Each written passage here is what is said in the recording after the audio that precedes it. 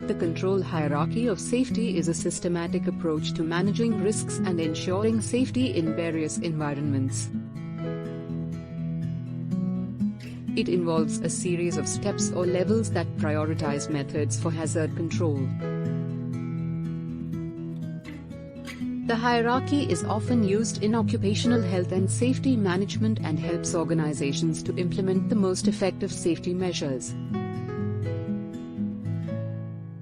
The control hierarchy of safety typically consists of the following levels, listed in order of preference. 1. Elimination. The most effective way to control hazards is to eliminate them altogether. This involves identifying and removing the source of the hazard or the hazardous activity.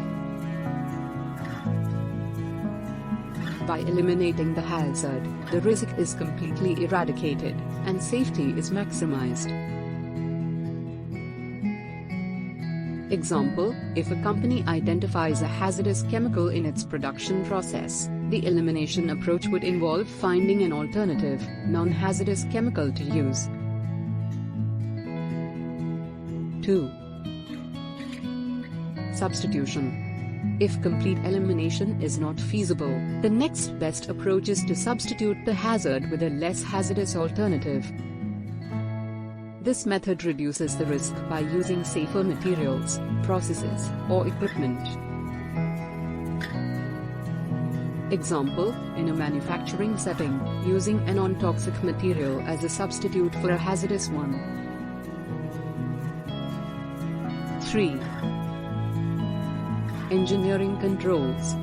Engineering controls involve modifying the design or layout of the workplace to minimize the risk.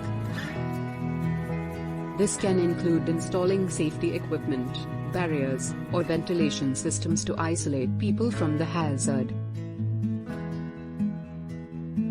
Example, installing machine guards or safety interlocks on dangerous equipment to prevent workers from coming into direct contact with moving parts. 4. Administrative controls.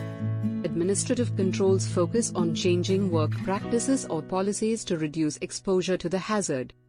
This level involves implementing safety procedures, training, and scheduling to mitigate risks. Example, rotating workers to reduce prolonged exposure to noise levels in a factory. 5. Personal protective equipment, PPE. PPE is the last line of defense in the control hierarchy of safety. When all other methods are not sufficient, personal protective equipment can be used to protect individuals from the hazard. Example, providing workers with safety goggles, gloves, and respirators when working with harmful chemicals. It's essential to follow the control hierarchy of safety in the order specified, starting with elimination and proceeding down the hierarchy as needed.